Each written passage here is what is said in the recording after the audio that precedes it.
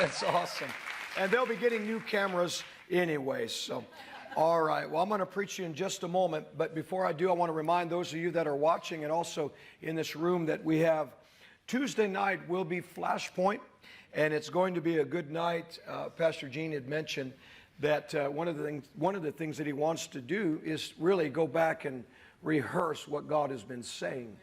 And I thought that was interesting because on Wednesday we have a Prophetic Pulse conference call where we will also be on the telephone. That's how we started, but also we'll be on all the various social media means that are out there.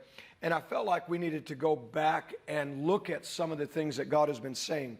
Because oftentimes when it comes to the prophetic or the word of the Lord, people, they tend to ignore what God said previously before a crisis or before everything looks like it's going a certain way that contradicts what God has said. For example, the Lord, before a lot of the new decade which we're in came, he talked about how it would start off harsh. Talked about how there would be a plague. This was before the plague came.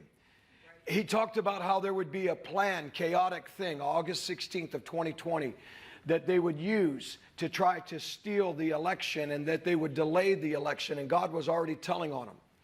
And so the Lord was always forewarning, but he kept talking about a new America, a new era that we're going to come into, that we will come into after a season of harshness. And the problem what people do is they listen so much to the news or to the word on the street that oftentimes it causes them to believe that that is the way that things will always be, or that is the mindset, agenda, and intent of God. And they ignore, disregard, or even call false what the Lord said before the current crisis, the current culture, the things that are taking place. And so I want to go back on Wednesday, and I really want to talk about really what God said about the United States. What did he say about the nations of the earth? Where is, what's God's agenda? Where are we heading as a people? Where is the earth heading? This is very important. And I want to talk also on Wednesday, and I'm going to say it just a little bit here, is there's a lot of, people being threatened right now at your job about vaccinations. And I want to say this, you have a right constitutionally and biblically to make whatever choice that you want. It should never be imposed upon you by the government, especially when it is still considered experimental, the vaccination.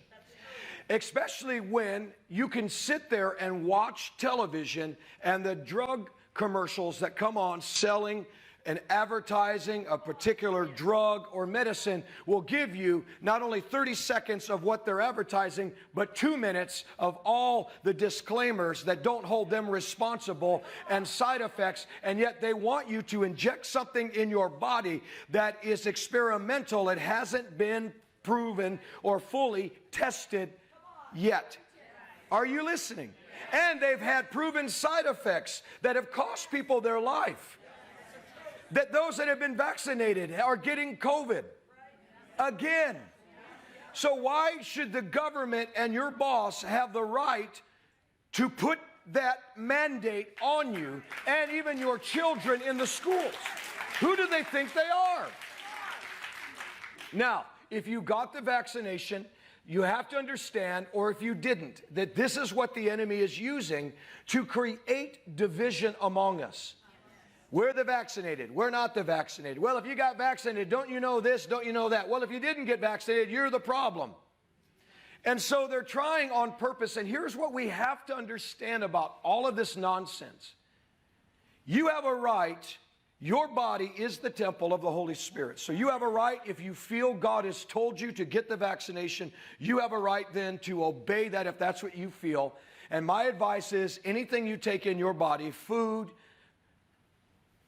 ice cream, medicine, medication, come on, supplements, you bring it into your body if you choose to do so, that it's sanctified by the Word of God and by prayer, and it's not going to make any side effect on you. Now, that's not giving you the right based on what I just said. If your faith isn't there and you don't believe that, then that's between you and God. But also, it's their right as a person if they say, look, I'm not comfortable with a governmented mandate vaccination of a virus that when you go to the doctor, they tell you that viruses cannot be treated. But now all of a sudden they have this miracle thing that has no proof.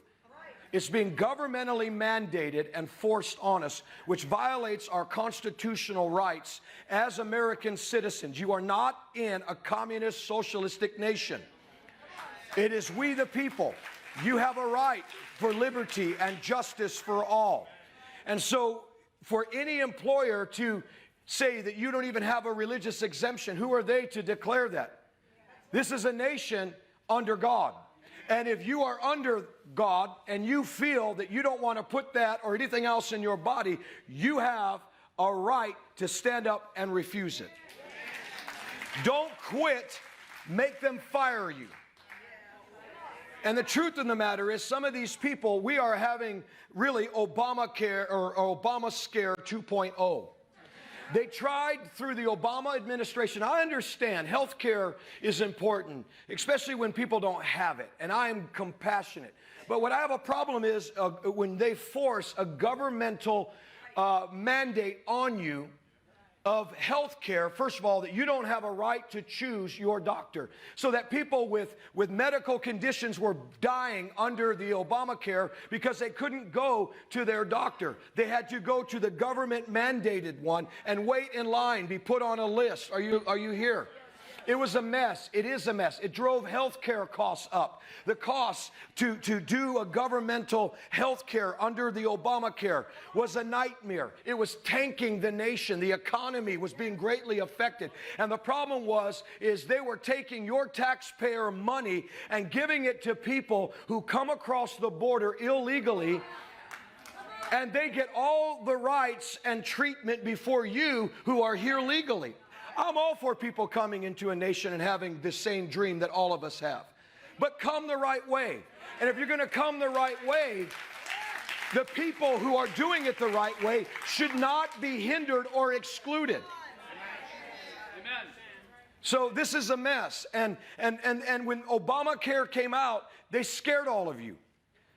And you were, I remember it. People, what are we going to do? And whole businesses had mandatory Obamacare packages. Either you do this or else. And you know what?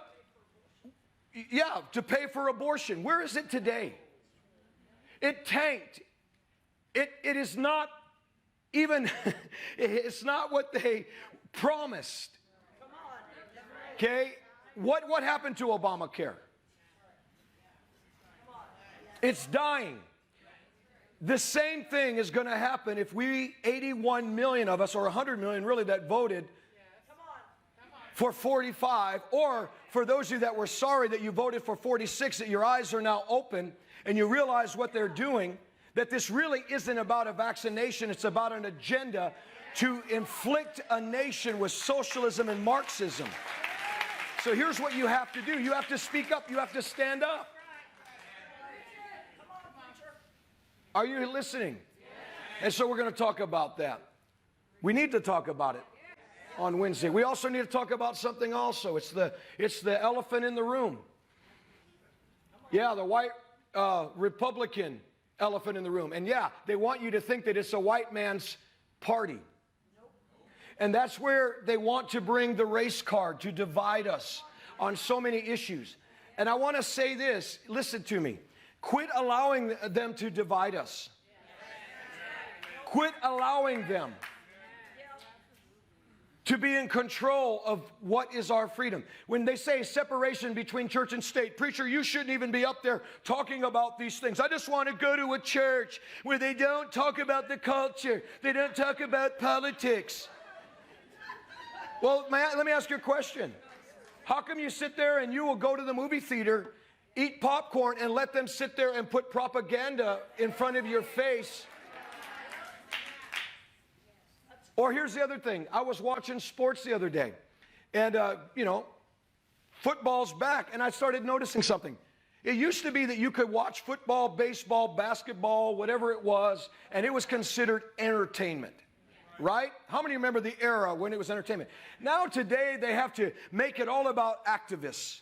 They have to make it all about a propaganda message. They have to, make it politicized. They have to make everything the woke culture and the liberal agenda that's trying to destroy America. And it's no longer entertainment. And the problem is, in the church, we got it backwards. We've become entertainment. And there's not messages and preachers that stand behind the pulpit anymore and stand up and fight for God, country, and the church. And if you know anything about your history, the whole American Revolution that there were men who were called the black robes or the black coats that were preachers that got behind their pulpits and spoke to the wonderful patriots who beat their plowshares into spears, whatever it took to stand and defend the freedom and to fight for the future of America. They were being empowered by many pulpits and many preachers that were bold in the days of the Revolutionary War. So don't think that politics and preaching behind the pulpit should not mix. Where else are people going to hear the truth? The pulpit is never supposed to be about entertainment. It's supposed to be a measuring stick. It's supposed to be a voice of truth that helps to speak and define the culture, not the culture defining the church. The whole separation of church and state wasn't so that there could be this thing where you have no right as a preacher to get behind the pulpit and speak about any political figure. It was not meant, a separation of church and state, that you couldn't say anything about the state of the government. It was to protect the church from the influence of what you're seeing in our government today that want to shut down our voices. And it's very, very disconcerting to me that they will shut down churches while they choose what they will keep open in the name of a scamdemic.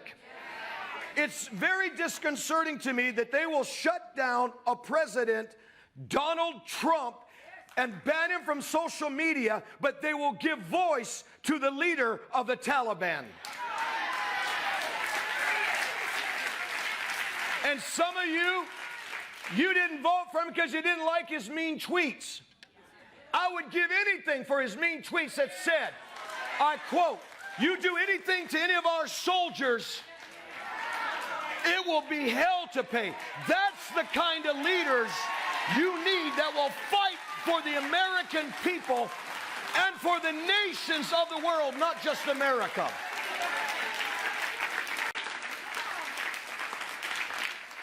And so we've got those in America, the preachers, that they just want to make it about entertainment, make you feel good. Well, I hope you feel good.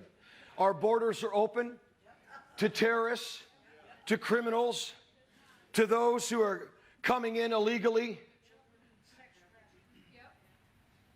I hope you enjoy the entertainment of watching our soldiers fall at the hands of an administration that has no right to be there. And he's doing nothing, and they're doing nothing. And then you get a pathetic Speaker of the House that says, well, some of them, they just don't want to come home. Really? Are you kidding me? Are you that ignorant? It's amazing when they showed that woman on Flashpoint, I was waiting for them to ask me. I was like, it's amazing her pants aren't on fire. Because that's what happens. Liar, liar, your pants are on fire. I'm tired of the lies. And so we're going to talk about that Wednesday. We're also going to talk about this. A lot of people, they don't think that the election was stolen. I want to say, are you really that ignorant? You are absolutely refusing to believe on purpose. You don't have the night of the election when even the liberal media, who were paid off ahead of time, and really the media, shame on you, Fox. You were paid ahead of time by the big money machines that are out there. And they were paid money. It is proven. There's videos that they all had the same script. And they were absolutely vomiting over their own agenda, gagging on the fact that they didn't know what to do when the numbers were showing that Donald Trump was truly winning, and he was winning big in the places that they thought that they were going to stop him. And they were watching this before their eyes. It was going and very convincing the way of President Trump. And I'm not saying this to be political. And really, I could give a royal rat's rump what you say.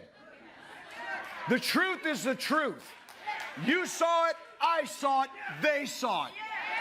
And all of a sudden, 46, who doesn't exist, comes out all nervous from his basement. Thank you for helping me preach.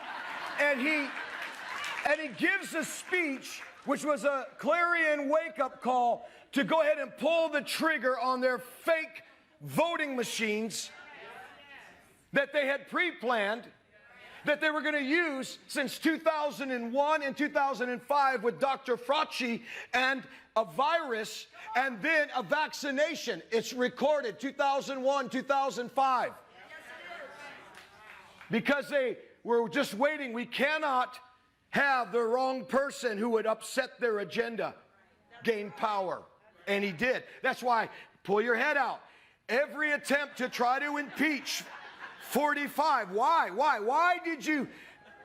And then why would you go? The witch of the house?